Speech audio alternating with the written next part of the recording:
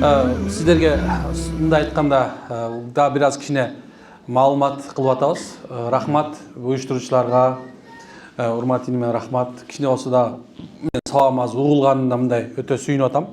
Анткени себеп мен жеткизе турган ойду кыска жакшынакай кылып жеткизип койду. Болгон нерсеси азыркы ушул болуп аткан форматты дагы бир аз кичине өзгөртсөк деп атабыз иншалла. Эмне үчүн анткени себеби сиз менен биз динди жашоону туура багытты башкача өңүттө көрсөтөлү деген ойдо болуп атабыз. Мындай айтканда азыр силердин ушул замандын тартибинде башкача эмес. Эми мурунку нерселердин баарын артта калып баштайт. Эмнеке ушундай форматта иншалла ушул жерлерде кийин өтөт. Анан рахмат ушул мына биякта уюштуруп аткан балдар. Биз эч бир ойду жок турган мезгилде эле ушундай кылсак деп атабыз деп айтып калышты. Макул болуп мына ушул жерге бирок бир нерсе биз диний сабаттарды ушундай тренингди өткөзгөндө эч качан мындай акча маселеси болбосун. Болгон нерсе ушул мындай айтканда бир гана Алла Кудай ыраазылыгы үчүн эл журтубуздун мындай жаштарга кызмат кылалы деп ушул ишти болуп атат экен. Анан колуңузда чында китептер, ушулар нерсенин баардыгы тең берилип атат. Бир аз болсо дуа кылып окуп койсоңуздар деп ойдобуз, иншалла. Алла ыраазы болсун. Демек, машалла, баштапкы суроолор башталат экен. Эми суроо жоопторго кыска нуска жооп берилбей калышы мүмкүн, кээ бирлери узагыраак болуп калышы мүмкүн. Көйгөй кандай нерсе баарына иншалла чалбаңыздар анан, машалла.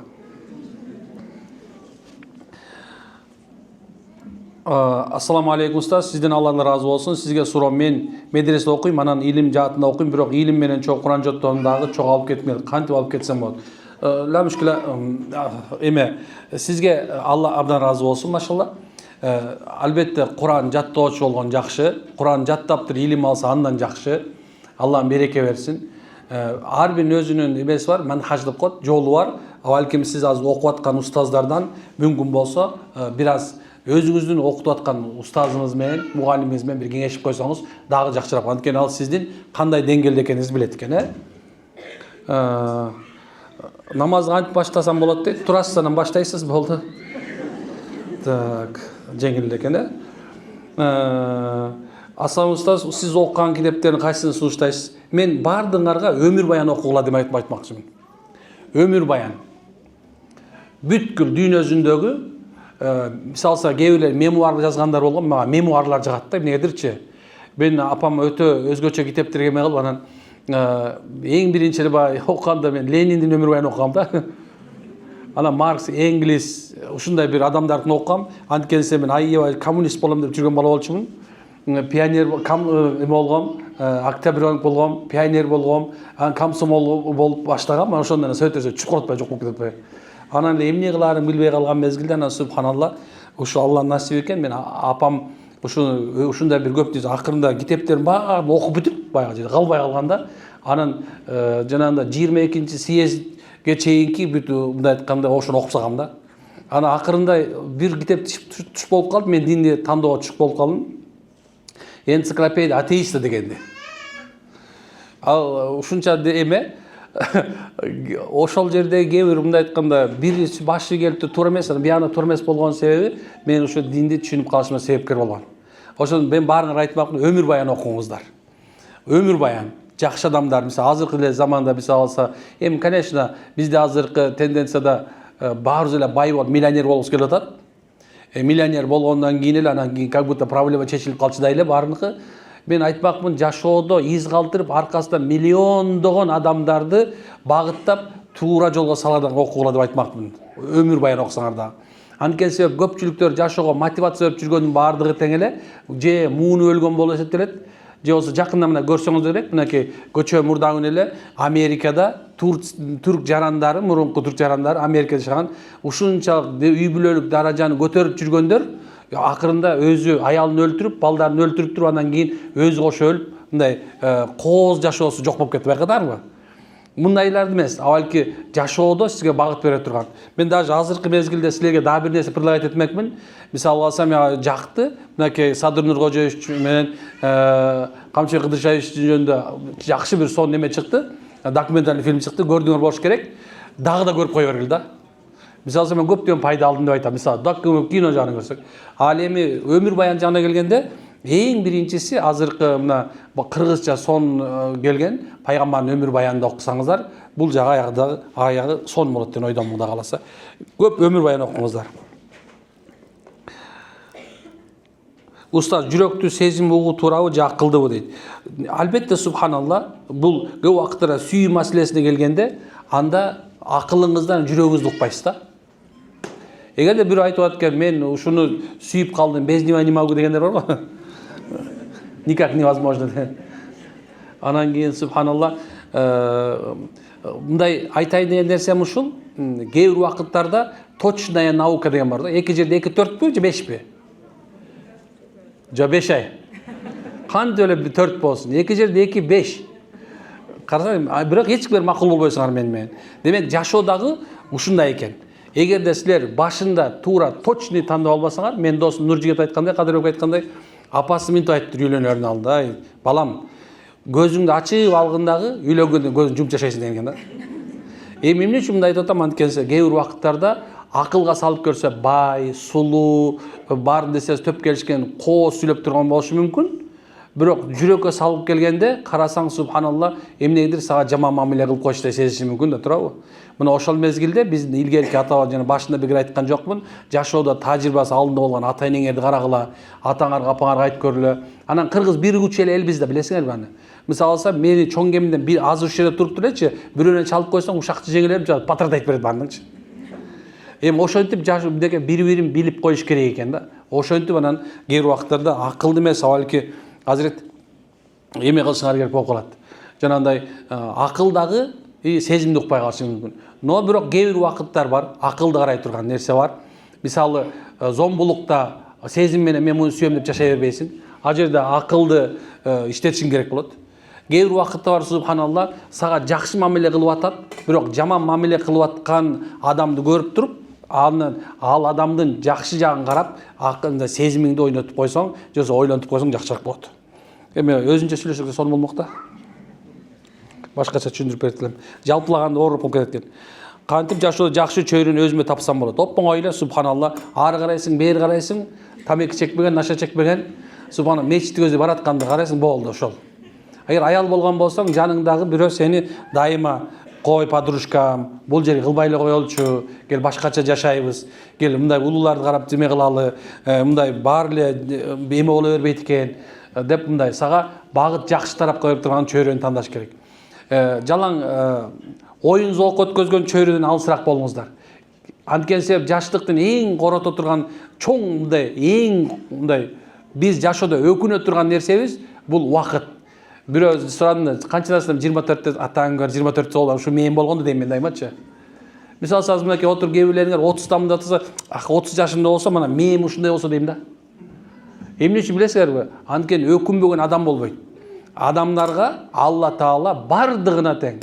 Негизи Алла жаратты да, туурабы? Демек баарыбызга 24 сааттык өмүр берилген. 24 саат 10 мүнөт эч кимге берилген эмес.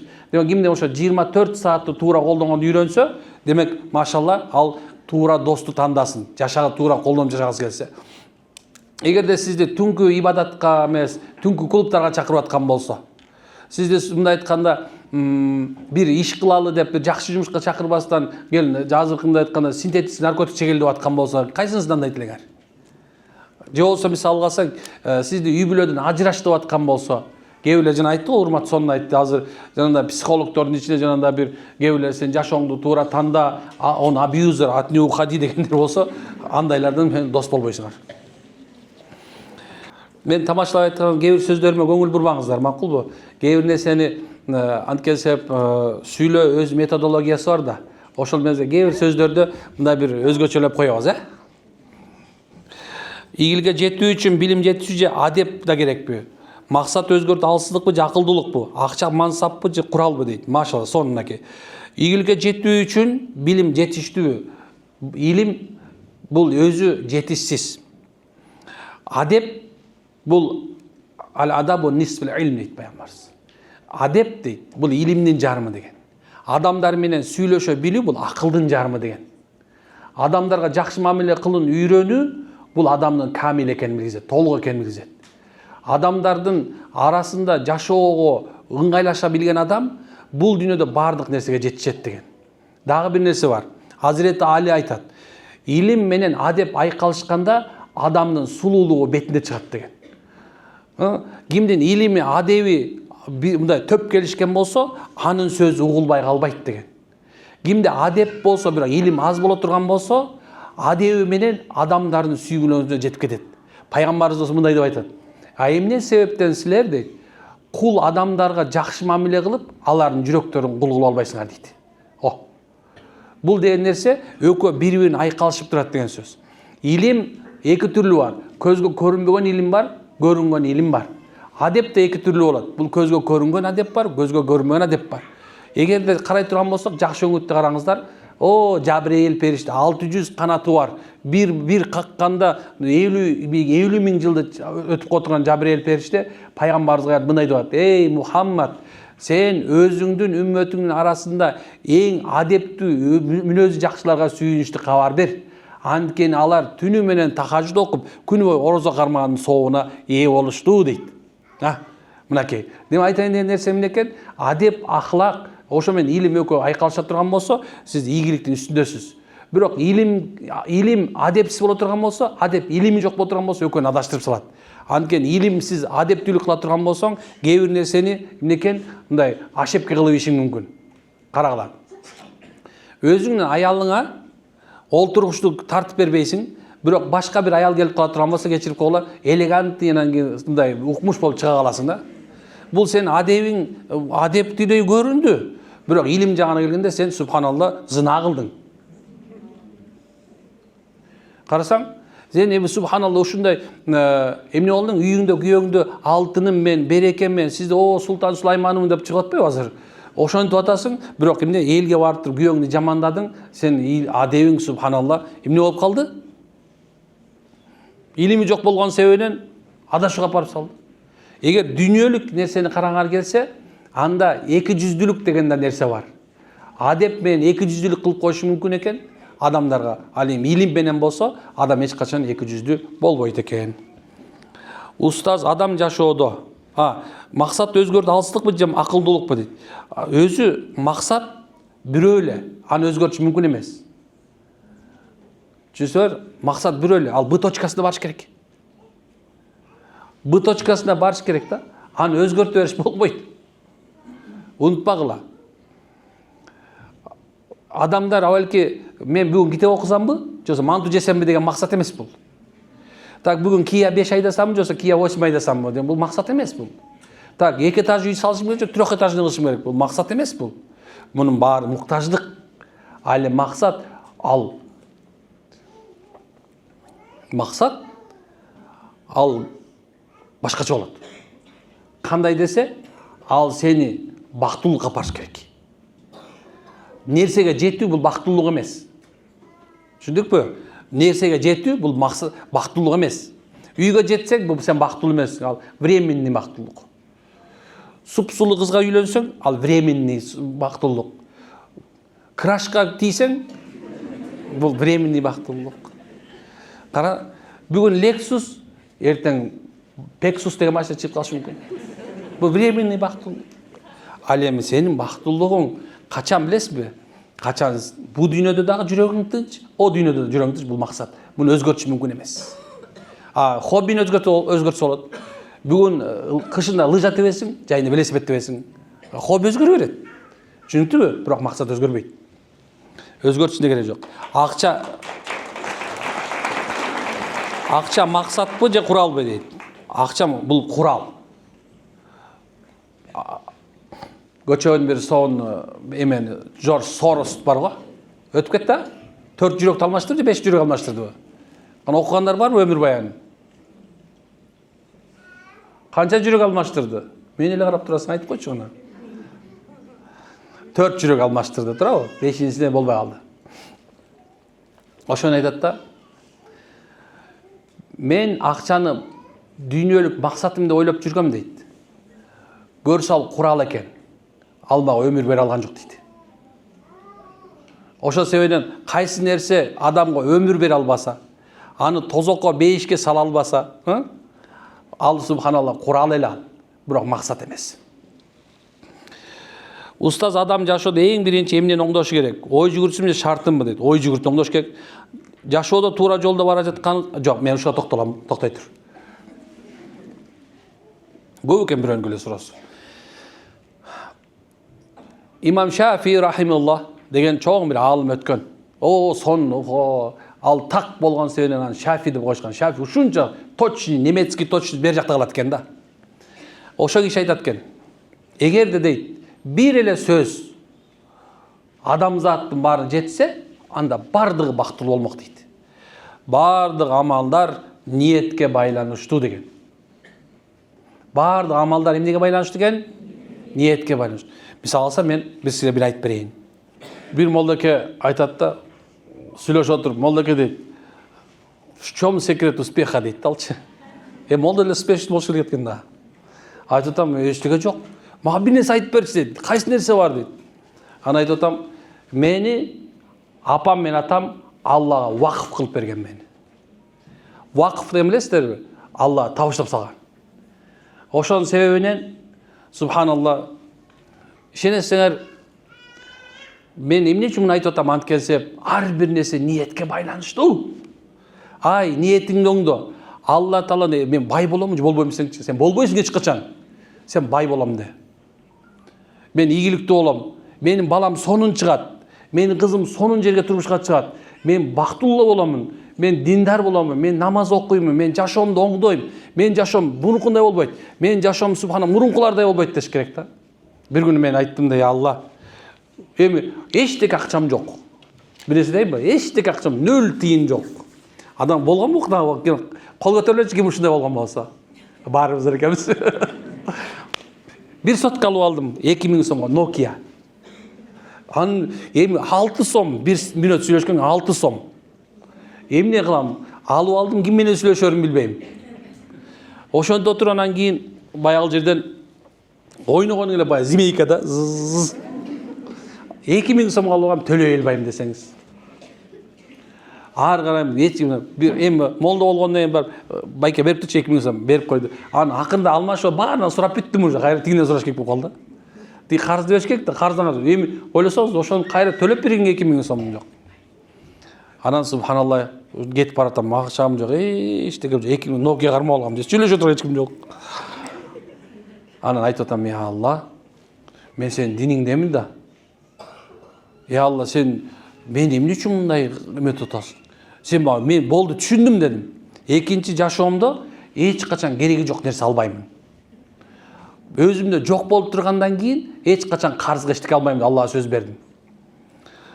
Ошондон кийин аны ошол күнү атам келип калды, 2000 сом сурадым, берди, карыз кутулдум, Nokia 10.000 жок кайткы билбейм кайткы экен. Көргүм билбей алдым Nokia'ны. Айтайын деген нерсем, айттым Аллага, я Алла, мен бүгүнтөн баштап эч качан кедей кылбам мен.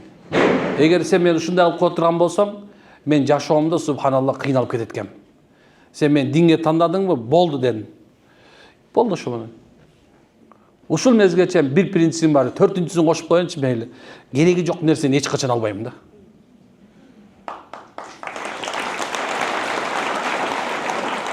Түшүнүктүү болду болуш керек дейм. Кээ бирлер айтып берет, эмнен эле сүйлөй бересиң дейт. Мен жашоомду сүйлөйм дейм да.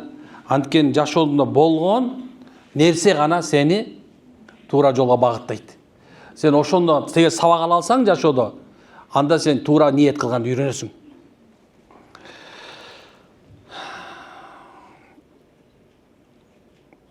Башканыкына кирип коеюн, мунуку көп экен. Биякта бир 31 жол жазып көчүрүп коюптур. Асобустадан балам 5,5 сүйлөбөйт. Так, бул жөн кое туралы. Аутизм, ЗПР, рас дегендер кое турайын, ында эмеге кирип кетпейли. Үй бүлөнүн бекем болушу үчүн канчалык маанилүү экени жөнүндө жаштарга насаатыңызды айтып коесузбу? Үй бүлө бул семейный институт деп коебуз. Үй бүлөлүк институт бул эң биринчи сенин жашооңдогу, мындай айтканда, чоң бир университет, институт деп өзү айтылбайт, бекер айтылбайт. Бул жерде бир парадан кулап калышың мүмкүн. Кээ бир жерде сен өткөзбөй коюшу мүмкүн, 2 алып калышың мүмкүн. Кээ бирде жалаң эле 5 болуп кетиши мүмкүн. Бирок бир курстан бир курска көчүш аябай оор да. Ошонун себебинен үй бүлөдө эң биринчи маанилүү нерсе карай турган нерсе бул ошол нерсеге сабыр кылып чыдоо. Эгерде сен жашоодо болуп аткан нерсеге чыдабасаң, мейли мен баарды айтып берем, жашоо деген ар кандай болот. Бирок мисалы сен бирөөнө күйөө болдуң, сен аял болдуң, демек мен дагы айтам, ошол сен тийген мурду барбайып турган эркек маймылдан чүт-чүт эле кичине сулуураак болгон эме? Кемчиликтүү. Өзүң канча кирпикти мончалык кылып 6D кылып алсаң делечи. Субханалла. Оозуңа жанагы ботексти мондай куюп алсаң, ондай кылсаң деле, субханалла, кемчиликтүүсүң дагы эле.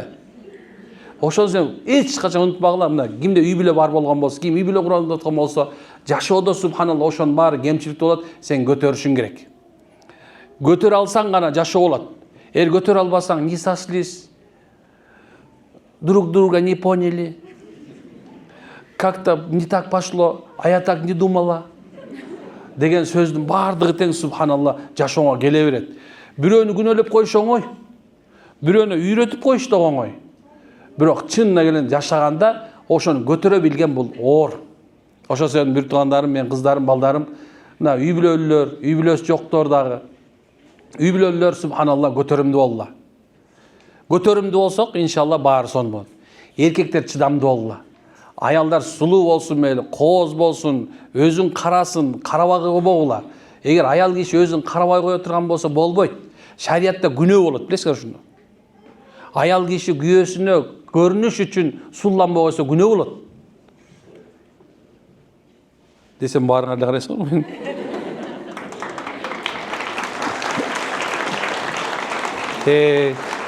Просто бул жөнүндө иншалла Кудай буйрса кийинки бир семинар болуп калса, үй бүлөлүк маселе жөнүндө болсо, мен кененирээк бир айтып берем деген ойдомун иншалла. Бирок чыдагыла.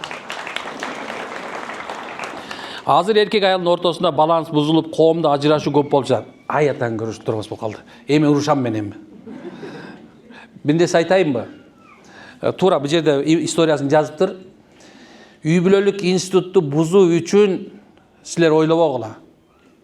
Бул нерсе өзүнөн өзү эле бузулуп атат, ушундай болуп өзүнөн өзү болуп калды деп эч качан ойлобогула. Анткенсе биздин мекенибиздеги үй бүлөлөрдүн бузулуп кетишине, жанагындай жашоонун, жаштардын бузулушуна, мындай айтканда, кол салып аракет кылып аткандар бар. Булар адамдардан болгон шайтандар жана иблистин өзү. Ошол себептен, машалла, качан сиз ушундай бир түшүнбөстүк пайда болгон жок, эртең мындан да жакшыраак болот десең, жаныңдагы ошо шайтан дагы, адамдан болгон дагы, баягыдан да болгон дагы кетет. Биз мындай бир нерсеге байланбайлычы. Үй бүлөдө нерсеге байланбагыла. Жакшы телевизор, жакшы машине, жакшы холодильник, булардын баары тең сен кетип калсаң башка бирөө не болот? Орусча айткан, свято место пусто не бывает дейт. Унутпагыла, үй бүлөнү сактагыла. Сактагыла, мондай азуу тишиңер менен сактагыла. Тиштеп алып сактагыла, мондай азуу тиш менен. Анан өкүл ата, өкүл апа кое атпайсыңарбы? Эми шариятта жок. Бирок ошондой койгондо дагы үйүлгүлүү болгон үй бүлөлөрдү карагыла. Мындай сен көз карашында үйгүлүү болуп, ичине ызычы болуп атышы мүмкүн. Бирок сыртта да анча-манча үй бүлөлүк бир нерсени көрсөтүп жүрсө, ошол экөө демек чыдап атышат деген сөз бири-бирине. Жөн эле койбогула. Ассаламу алейкум устаз. Окуй берейинби? Машалла. Ассаламу алейкум устаз, дейт. Сизге Алла разы болсун. Менин суроом мындай. Азыркы жаштардын арасында никеси жок зына көбөйдү. Зынанын жамандыгын, күйөөнүн күнөөсүн айтып, өз насаатыңызды бериңизчи. Суранам.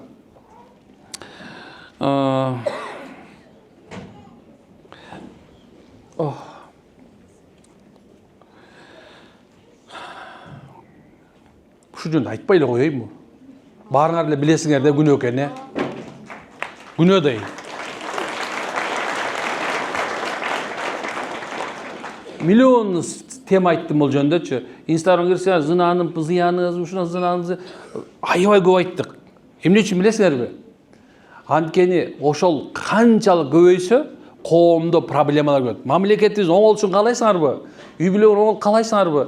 Эртең бактуу болсо зына кылбагыла, болду. Бүттү. Баягыда бул сумдун жанына кетип баратам. Карасам 2 жылан отурат.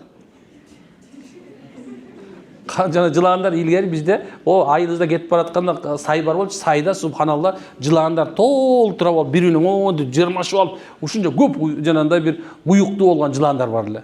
Карасам экөө отурат жыландай эле иммунду байланып алган бир. Ары өтүп барат, артка кайры келдим дагы коюр алкын дедим. Аялыңбы десем жок дейт. Күйөөңбү десем жок дейт. Эмне отурасың дейт. Сен бирөө жалдап койду элди бузсун деп.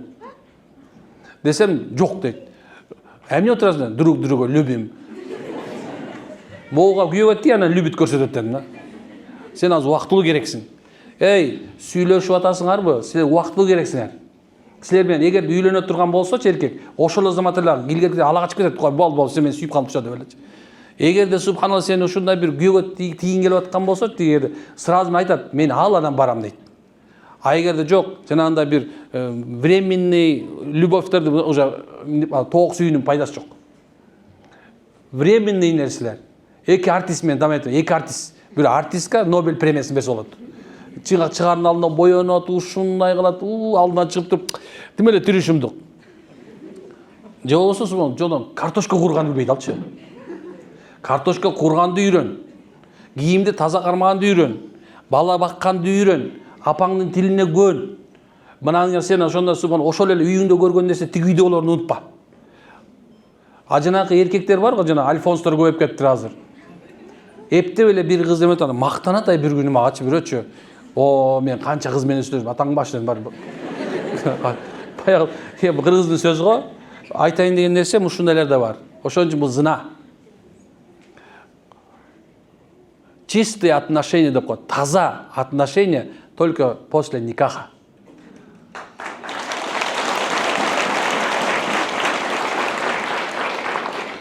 Дүйнө билими жана илим деген экиге бөлүнүп калган убакта экөөнү кантип чогулуп кетүү керек? Бул эки билимди бириктирүүсүнө эмнелерге көңүл буруш керек? Мурда ислам дининде намаз менен орозондо эле түшүнчүбүз. Мындай ойлогондо азырда арабызда көп. Бул ажырымы ой жүгүртүн кантип өзгөртсө болот? Бул сөз эмес. Намаз окуп атасың, монолит коюп жүрөсүң. Намаз окуп атасың, конструктор болуп жүрөсүң. Намаз окуп атасың, таксист болуп жүрөсүң. Намаз окуп атасың, медик болуп жүрөсүң. Туурабы? Эми аябай көп билген эме. Намаз окуп атасың, швейный цехте иштеп атасың, швеясың. Сен экөөнү бирлеп кетип баратасың. Болду. Сен үчүн чочконун эти арам, арак ичи арам, бирок ошол эле кызматты кылып атасың. Бул экөө бир эле нерсе. Бир эле нерсе. Болгон нерсеси элдин арасынан илим бар, фарзы кифая бар, фарзы айн деп коет. Атайын баары биле турган илим бар. Кантип намаз окуш керек, канча мал, канча дарат кантип алса болот, кантип орозо бузулат, мына ушул илимди баары билиш керек. Ал эми жанагындай бир талак маселесин, юриспруденция ислам мындай айтканда усулул фикх деп коет, усул хадис деп аны билиш бизге керек ал. Бир молда болсо, анан элдерди багыттап, боо тура, буну айтып турат. Ал эми баардыгына бирок деген дүйнө илимде ким айтып атат силерди мисал алса, окат кылба деп. Жок, окат кылгыла өлбөчү дейт. Бирок Кудай десе эле азыр өлүп калчу дейт. Экөө бөлүнгөн жок. Бир эле нерсе. Бир эле жашоо. Дин бул жашоо болду. Башка нерсе эмес. Бөлүнбөгүлө алтындан, бөлүнбөгүлө. Так. Ассаламу алейкум устаз, ва алейкум салам. Оңолуш үчүн карз алып умрага барып келсе болобу? Умраны карз алып барсаң оңолбой каласың. Ошон үчүн азыртан эле андай акча таап алып барганың жакшыраак. Проблема жок болсо болбойт. Жөн эле жүргөн болосуң дейт. Бир жерден ууп калдым эле. Проблемаң жок болсо кайра жакшы, сүйүнүп жүрө берди. Топтошун айткан. Бирок ал болот да, кантип болосун. Ошон үчүн жөнүндө кайрадан түшүнүп айтсаңыз. Ооба, мен Дурар Ажайып деген бир илгери 1870-жылы жазган Абул Касым деген чоң бир аалым жазган бир татар басмасы менен болгон китеп бар. Мен өзү түрки деп коет, баягы чагатай, түрки тилдер бар, османча деп коет, ошол эски кыргыз тилинде эле болгон, татар тилинде орток тил деп койгон, мисалы алса, урду тили бар го, бул өз 5 тил менен кошулган нерсе да. Ошон эле мисалы илгертен биздин тарыхыбыз баардык нерсе жазылган, илгерки чагатай деген тил болгон. Эски тил деп коебуз. Ошондо Дурар Ажайып деген китеп бар, ошо Абул Касым айтат, эгерде адамдын жашоосунда проблема жок болсо дейт, анын жашоосу кызыгы жок болот деген. Эмне үчүн билесиңерби? Анткени идеалдуу жашоодон кийин, мисалы, көпчүлүгүңөр мына үйүңдө ата энең акчаны таап койгон. Машинең бар. Азыр эле машина минип жүрөсүң. Азыр эле өзүңдүн трехкомнатный үйүң бар, күйөөгө телексиң, аял ала элексиң, бирок бар сенде. Эми сен Малайзияны кыдырып койдуң, Вьетнамга барып келдиң, Таиландка барып келдиң, Америкага барып келдиң, Европага барып келдиң. Эми сага уже мындай эч нерсенин кызыгы жок болуп баштады, байкадыңбы? Сен эми синтетический наркотик чегишиң келип калды. Сен уже мындай айтканда кальяндан чыкпай калдың. Анан күнүгө бир кыз менен сүйлөшүп баштадың, күнүгө бир эркек менен сүйлөшүп баштадың. Эмнедир? Анан акырында турдуң да лучше умереть что ли деп калдың да. Уже сен үчүн кайф жок калды да жашоонунчу. Ошол себебин айтып атат экен да, жашоодо субханалла, бейбиде адамда бүгүн бар, эртең жок болуп турбаса, адамдар байлыкка эсирип, өзүн өзү өлтүрүп баштайт. Түшүнүп атасыздарбы? Демек, ушуну айтып атабыз биз. Жашоодо проблемасы жок болбойт. Кээ бир убакыттарда мындай илгертен ата баба сонун айткан. Кандай деп айткан? Жигитти бардарчылык эмне кылат? Бузат. Аялдычы жокчулук бузат деген. Карасаң кандай нерсе. Бизде приоритет бар уже кыргыздачы. Биз субханалла ушунча деңгээлде эркек кишинин бирде жигит жөө жүрөт, бирде жигит төө мүнөт деген нерсе принциптер болгон. Ушул принциптерибиз биздин ата бабабыздан келип курулуп келген принциптер. Жашоодо көп нерсени түзгөн. Ошол себептен проблемасы мындай адамдардын бир 3%-inde 5 проблемни жанагындай бар жок, акчасы бар болуп жашайт. Бирок 97% адам субханалла проблеманы жашайт. Канчалык ушунча сонун кийинип алып деле бар, кечинде барсаң, үйүңө барганда эски шымыңды кийесиң, билесиңби? Же башкача шым кийесиңерби? Силер менин алдыма келиш үчүн азыр субхана башкача кийинип келдиңер. Бир үйгө барганда баягы эле кийесиң. Унутпаш керек аны, субханалла. Мына ошон үчүн проблемасы жок болбойт. Кээ бир убакыттарда искусственный проблема түзүп койгула. Зона комфортто жашагандар. Зона комфортто жашагандар искусственный түзүп койгула. Ажыга баргыла, умурага баргыла. Бирок баратканда комфорт плюсту тандап албай, эконом менен баргыла. Эмне үчүн билесиңерби? Анткени аль-хаджи машаккатун дейт пайгамбар. Хажылык бул машакат. Ошол машакатты көрүп келгиле. Жанагында мындай бир Эйр Арабиктин калдырган самолетуна түшүп, антиякка барасыз, автобуска түшүп, ар нерсе көчөгө жатып, ушундай кыйналып, анан жок, аякка чейин бара албайм болду экен, $1700 жок десең, анда субханалла бар 3000 даватка чыгып кел.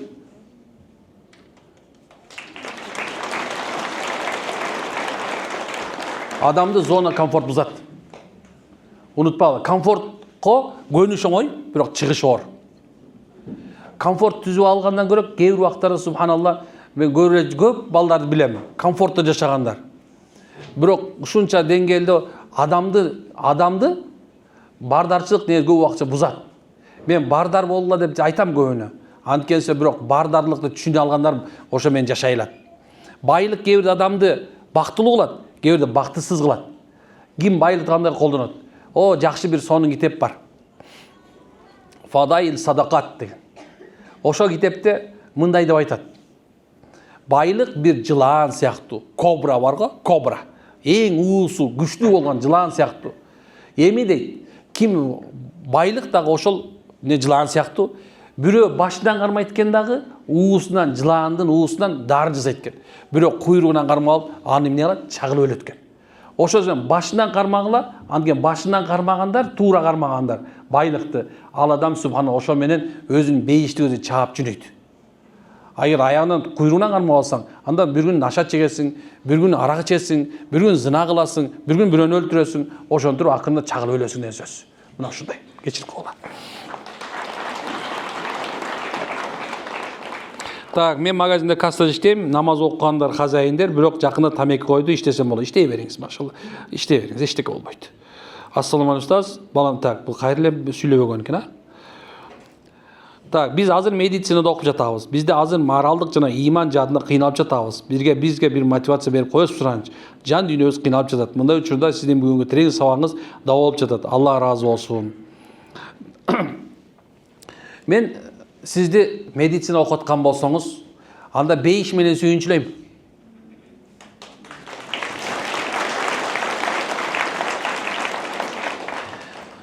Сиздин ырыскыңыз Аллах Тааланын алдында деп сүйүнчүлөйм. Сиздин муктаждыгыңыз Алла Таала мойнуна алды деп сүйүнчүлөйм. Кээ бирлер үчүн эмнеге болуп кетти мындай дешиңиз мүмкүн да, азыр араңарда илимдүүлөр бар. Эмне деп атат бул деп. Карагыла. Пайгамбарыбыз мындай дейт.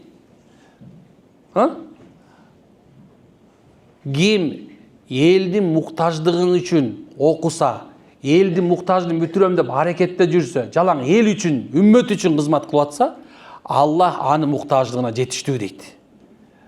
Алла өзү муктаждыгына жетиштүү айланайын. Оку. Жакшылап оку. Уктап калба парада. Бөйрөк кесип атканда мындай кесе деп туура эмес кесип алба, макулбу? Машалла. Бир туруп калыңыздарчы. Колду өйдө көтөрөбүз. Өйдө көтөрөбүз. Баарыбыз тең, машалла. Бир секирип койгулачы. Отурабыз. Эжекелер муктап баратат да. Эми 90-жылыклардан ары жак уктап баштады уже. Машалла. Макул эми бул жерде эже аябай катуу эметип атат. Неге жооп бербейсиз устаз дейт. Мен катуу стресстен мүмкүн сизге ой мага оор болот. Туура түшүнүп атам эже. Сиздерге күлкүмүштүү болот. Мен сизге бир азыркы замандагы эң бир чоң бир оор проблеманы айтам. Мынакей, бул жерде турган кыздарым мен. Мынакей жаңы турмушка чыгам деп даярданып аткандар. Мына аял алам деп даярданып аткандар. Үй бүлөлүү болоюн деп даярданып аткан менин жаштарым, менин инилерим, менин нүкөлөрүм, менин карындаштарым, менин кыздарым. Азыр жаш дүйнөдө өтө чоң бир оорлар пайда болгон. Ошонун бирөөсү бул аутизм. Аутизм деген оору бул азыркы заманда өтө чоң бир маселе. Балдарыңар төрөлүп, сонун бала төрөлүп туруп, 2 жашка келгенде балаңыздардын развитиясы артта калат. Балдар сүйлөбөй калат. Мындай айтканда бала жинди сыяктуу болуп, жашоодо субханалла эч кимге кереги жок. Каалаган жерге чычып коет, кечип коела. Каалаган жерге ушатып коет. Бул нерсени Алла Таалам көтөрө турган энеге берет го деп ойлоп коем. Ошол себептен азыртадан жашооңорду фастфудтан, ошол мезгилде субханалла жеңил кийинип жүрүүдөн, курсагыңарды ачып жүрүүдөн, шыйгылчаңарды ачып жүрүүдөн мен силерди сактангыла деп айтмакмын. Дайыны жок жана флеш, горилла дагы эмнечесиңер? Маймыл. Ушундай нерселерди ичпегиле деп айтмакмын.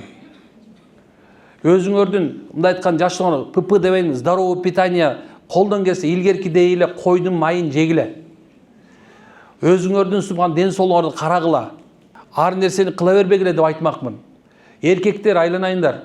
Ар кандай жанагындай айванча ар ким менен кошулуп жүрө бербегиле.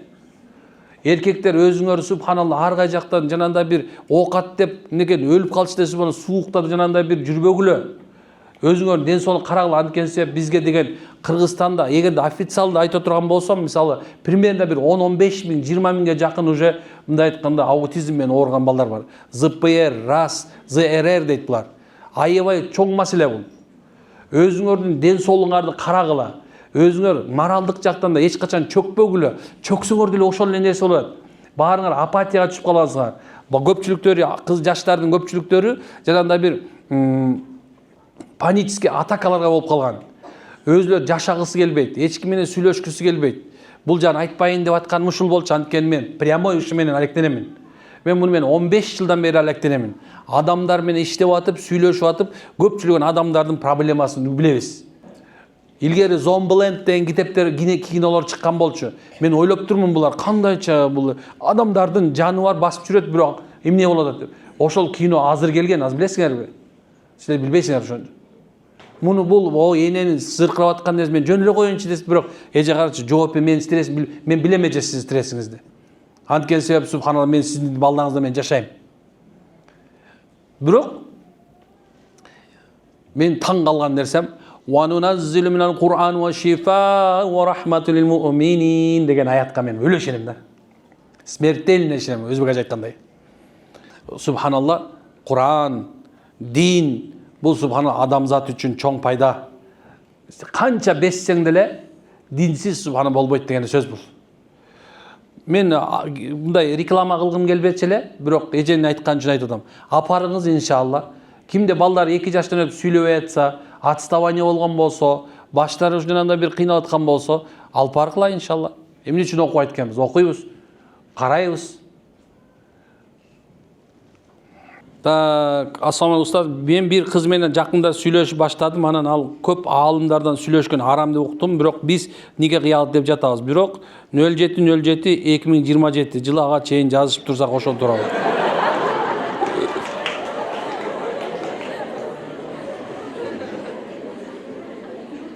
Ал башка шаарда, мен башка дейт, просто телефондарында эле дейт. Жалко парня.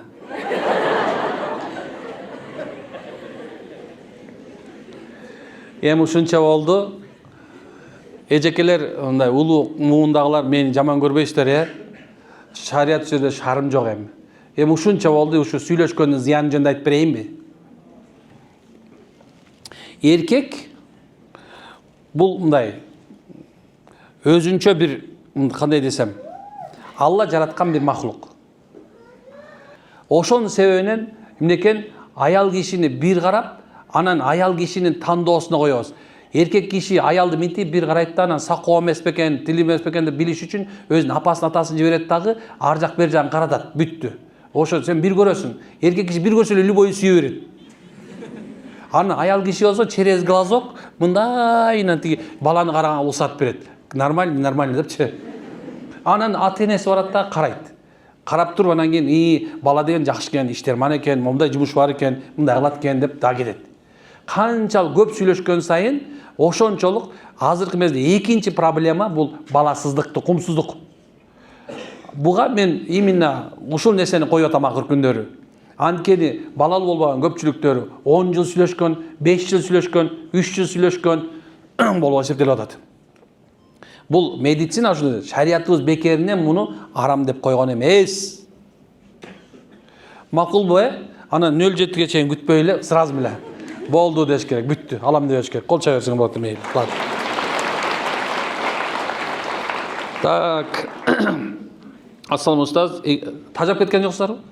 Болду, машалла. Убактыбыз келип калдыбы? Барбы? Бар болсо болду.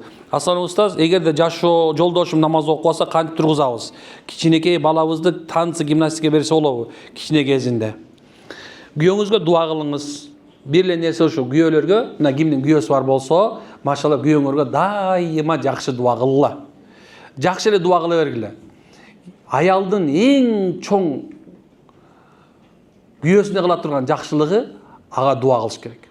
Бир жол бир эме чыгып кетти эле, бир аял мындай бир машинеден түшүп келатса, бирөө чыгып, эже, мынчалык чоң машинени кайдан таптыңыз десе, мен тапкан жокмун дейт. Бул күйөөмдүкү дейт. А күйөөңүз кайдан табат десе, мен бир эле күйөөмө дуа кылам, болду. Ошол эле деген да. Аял кишилерге иштеп деле не обязательно негизиндечи. Кээ бирлерге мен жаман көрөсүң, кайра баштады баягы концертин депчи.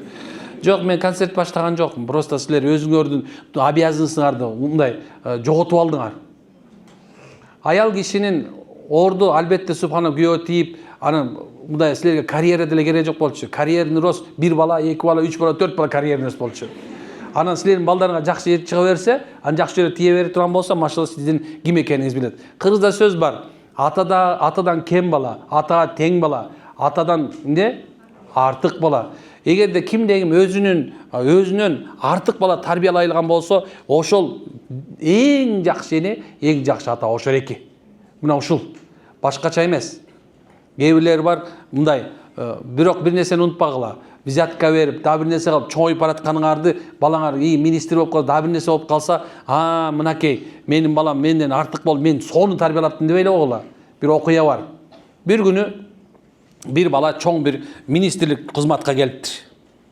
Анан кызматка келип, баягы атасына шоферин жөнөтүптүр. Бар, чакырып кел. Десе, баягы шофер бар эткенде, шеп чакырып, тура тур машина деп, баягы машинага отургузуп алып, кабинетин алып келип, баягы алдына отургузуп, ата көрдүңбү? Айтпадың беле менден эчтеке чыкпайт деп. Мына менден болду, мынакей мен чыктым мынакей. Момунча даражага жеттим десе, "О, балам" дептир. "Мен сени министр болбойсуң деген эмесмин" дейт. "Сен просто мээң жетпейт" деп айткам дейт.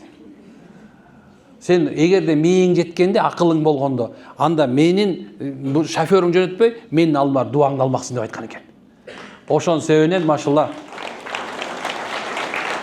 Ошол балдарыңарды силер субханалла дуа ала турган, дуа бере турган деңгээлде тарбияласак, машалла сон болот деген оюм бар иншалла. Күйөөңөргө дуа кылгыла машалла. Балага гимнастика, спорт жагына үйрөткүлө. Жаа атуу, ат минүү, чурко, күрөшүү деген нерсе шариятыбызда эң жакшы. Мусулманчылыкта күчтүү мусулман алсыз мусулманга жакшыраак деп айтат. Ассаламу алейкум, устаз, 5 мал намаздамын, бирок ата энем үй бүлөм туганда намаз окушпайт. Сураныч, мен үй бүлөмө дуа кылып коюңузчу, жамаат амин десин. Амин деп коюлачы. Амин, болду, машалла, сиздики бүттү. Ассаламу алейкум, скрытый нике деген бар, жок. У нас открытый, у нас демократия. Макулбу? Кимде скрытый нике предлагать этип атса, айтасыз, мен скрытый номерлер менен жүрбөйм деп айт да. Макулбу? Ал нерсе субханалла жакшы эмес. Бул коомду разлагаться этет. Коом субханалла ошол нерсе үй бүлөлөр бузулат. Биз шариятыбыз андай нерсе эмес. Шарият субхана ачык. Анан кийин жанакында ар нерсени эле кыла беришти шариятты тыйып салган. Мен намаз окуп жатканда балам намаздасты өтө берет. Намаз бузулбайт. Дарат бар, бирок жаш бала астына зара кылса дарат бузулбайт. Кийимиңизди которуп коесуз. Мен намаз окуп жатканда балам намаз өтө берет, намаз бузулбайбы дейт. 5 жол жөнөтүптүр. Так, ассаламу алейкум, менде дагы бир суроо. Биздин ханафи мазхабында эркектер кишилер намаз учурунда саждада согончоон бириктирип бирин тийгизүү керекпи? Тийгизсе намаз бузулбайбы? Ошондо айтып бериши. Эч нерсе болбойт, субханалла. Бир китепте тийгизет деп айткан, бир китепте тийгизбейт деп айткан. Эң негизи бутуңуз көтөрүлүп кетпесе болду, машалла. Так, мен сурам, кыздар чет жака махрамсыз чыкса болбойт деп угуп келебиз. Да болбойт деген. А бирок 2 күн мурун бир эжеден мындай жооп угуп калдым. Боло берет. Эгер сен өзүң эптей алсаң деген. Ошо эптей ал дегендер бар, чала молдо да. Сонун сөз да, чала молдо эмне бузат? Дин бузат маша. Койгула, молдолордон сурагыла. Анан аял киши молдо боло алабы десе, аял киши илим ала алат. Бирок субханалла, ошонун дагы илимин өзүнүн балдарына бере алат. Бирок өзүнөн башка бирөөнө алдына талап кылып күйөөсү барып туура негизде билгендер бар. Илим, мындай айтканда, шарият илими дагы жашоосунда тажрыйбасы көп болгон адамдардан суралат. Динде 10 жыл бир жакта окуп келген эмес. Балки ошо же мындай камыр жумур болуп жашаган, ошол жерде менталитетин билген, элди тааныган адамдардан суралат. А жөн эле адамдардан сурай бербейт. Балки келди, бирөө тияктан окуп келди дагы эле, ошол жердин проблемасын түртө бере турган болсо болбойт. Түшүнүп атасыздарбы? Биздин ошон сөйлөн биякта Кыргызстанда биздики ушул жагы бекем каралган. Биздин муфтият бар, муфтиятыбыз бар. Кудайга шүгүр, машалла. Муфти Абдулазиз Карыкөз өтө чоң илимдүү адам. Алымдар кеңешчилер бар. Ошо мисалы Замир Кар Ракиев деген биздин уламалар кеңешинин чоңу бар. Булардын баары жөн эле кишилер коюлган жок да. Мына ошолордон суралат илим. Башка бирөөдөн сурай бериш болбойт. Мен да кээ бир нерсеге жооп бербейм жерден. Эмне үчүн анткени себеп субханалла менин привилегиям эмес ал. Ар бир нерсенин привилегиясы бар. Мына ошондой. Ошол себептен субханалла эмнекен колдон келсе чыкпаңыз. Карыз орозон сөз кармоо керек. Ооба, карыз орозоңор сөз карашыңар керек. Сөз беришиңер керек. Так, ассаламу алейкум, жүрөк сыгылса, кыжаат болуп, жүрөккө тынчтык кантип өзгө жардам берсек болот. Көп жол жазып салыптыр. Точно кыжаат болуп атканын билип атканда 4 жол суроо жазыптыр ушу суроону эле. Мындай да, Алла мени кайгы кападан, гамдан, жүрөктүн сыгылуусунан сактай көр деген дуа. Ушул дуаны көп айтыңыз. Же болбосо, мүмкүн болсо, көп убакытка чейин келме айткыла. Ла илаха иллаллах келмесин көп айтса, адам бат эле сыгылыштан чыгат иншалла. Курбум жолугун чечкиси келип атат, чечип салса кандай күнөө болот? Жолуктун фазилетин баарын билет, бирок өзүн кыйнап эле кийип жүрөт. Жолугун жакшы көрбөй, парз деп дейт. Эми мындай да. Чечиш, чечпеш, кийиш, кийбеш бул ар бириңердин өзүңөрдүн колуңарда. Мен молдо болуп турсам дагы, мен айтам, ооба, жоолук салынгыла.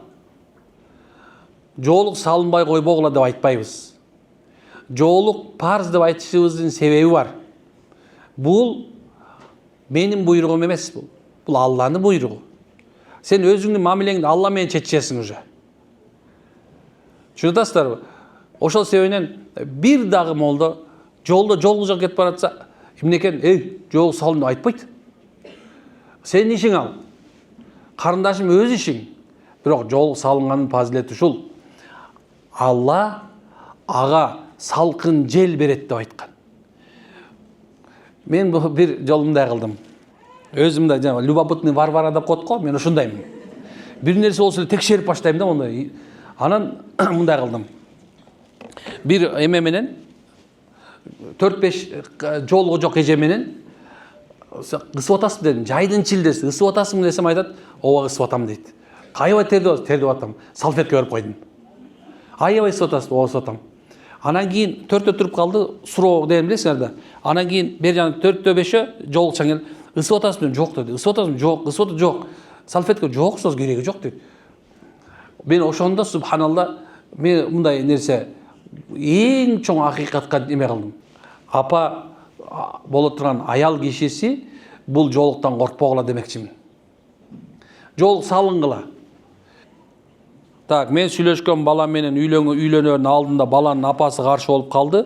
Ресторан баары даяр болгондо менин ата-энем баары ат менен кылган туура келди. Ал бала өзү үйлөнгүсү келип, бирок апасын ачып никеге бара албайт.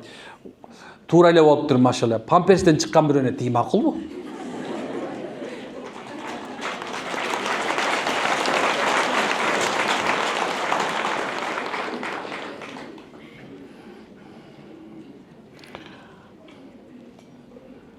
Астагфирулла, ушул нерсе.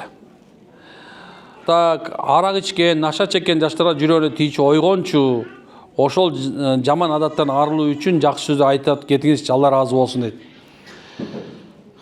Жаман. Так, айтып атсам кара дуа жөнүндө жазып башташыптыр. Так, жеке жолугу дейт. Эки балабыз бар, көпчүлүк менен кыздуу боло албай атабыз. Бизге дуа алып коюңузчу, Аллахыңыз разы болсун. Ушуну жазган ким? Кол көтөрүлөчү. Машалла, береке берсин сизге. Эки балаңыз кут кылсын, эки келин алып келет,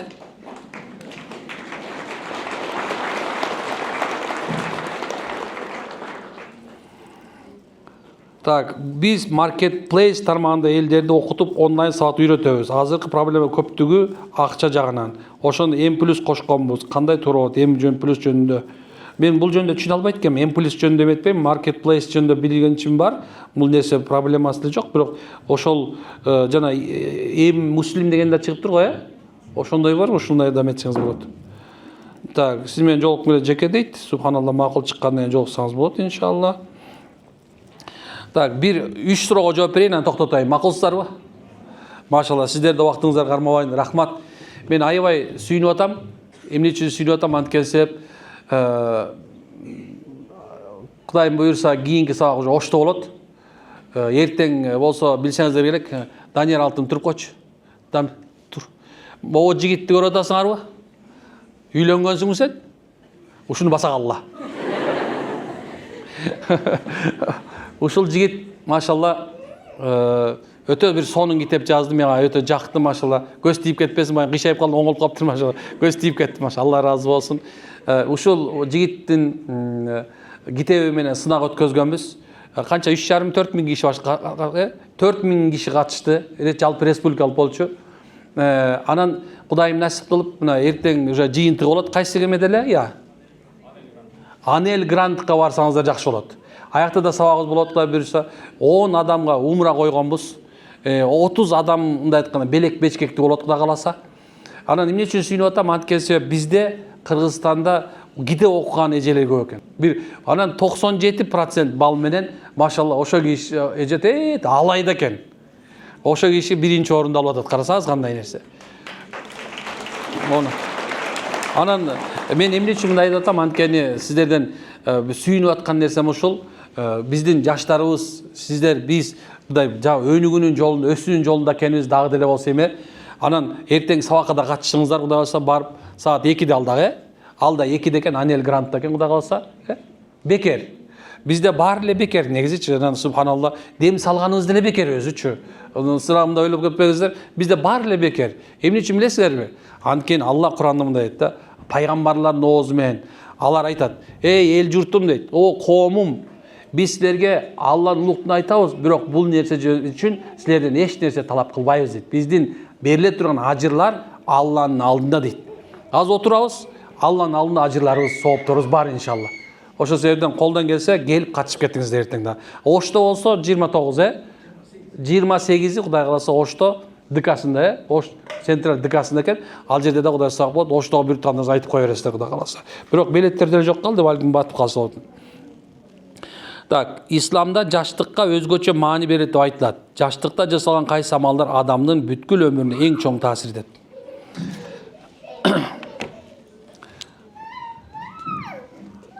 Кыяматты элестетиңиз. Кыяматты элестеткиле. Бардык адамдар жылаңач. Эч кимге жооп бере албайт, эч ким жардам бере албайт. Бардыгы тең турат. Бир дагы адам калбайт. Бир дагы адам калбайт ошол күнү. Бардыгы тең тирилет. О, адам атада өзүнчө турган болот. Акыры Пайгамбар Мухаммад алейхиссалам турган болот. Кыямат күнгө чейин бардык адамдар болгон болот. Мына ошол мезгилде күн адамга бир бактын боюндай болуп турат экен. Дагы бир эмеде болсо мына бир карыш төбөсүндө турат экен. Адам бардыгы ушунчалык кыйналып атканда 7 түрлүү адамга Алла Тааланын көлөкөсү болот экен. Аршынын көлөкөсүндө турган болот. Ошонун бирөөсү жаш кезинен Кудайды тааныган, жаш кезинен намаз окуган, жаш кезинен жабынган, жаш кезинен илим алган, жаш кезинен эли журтуна муктаждыгына иш кылып жүргөн, жаш кезинен аракет кылган, үммөт жок дегенди айтып коеюн мынакей. Бир иш ачып, араңарда бирөө иш ачып, бир 10 адамдын адалдан оокат табышына себепкер болгон болсоңор, ошол аршынын көлөкөсүндө турасыңар. Болду.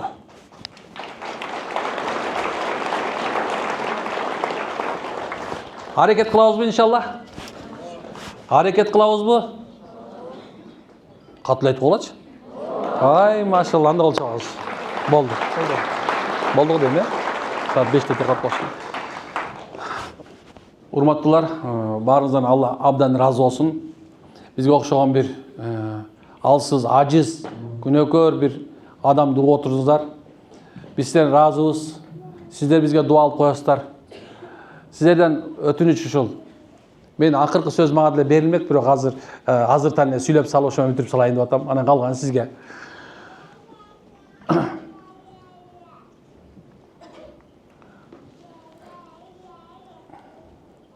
Men үчүн өтө бир кайгылуу болгон күн болгон.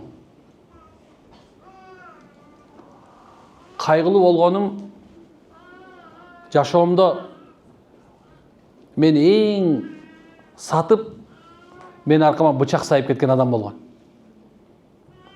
Такыр унута албайм, эсимен ушул мезгилде кетпейт. Качан болсо бир жерге кетип бараткан кылт этип ушул нерсе келе калат дайыма. Анан дайыма ушул нерсе эстегенде аба жетпегенде деп алып ийем да. Мен силерге бир насаат айтам акырында. Эч кимге кек сактап жашабагылачы. Бактылуу болуңуздар.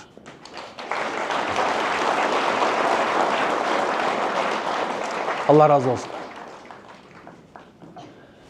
Рахматыбызда сизге да Алла разы болсун.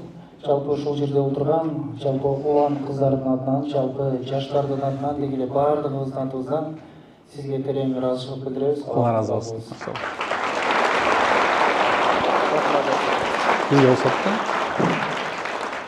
Жана ошол жыйыныбыздын аягында ошол бүгүнкү жыйындын уюштуруучулары тактап айтканда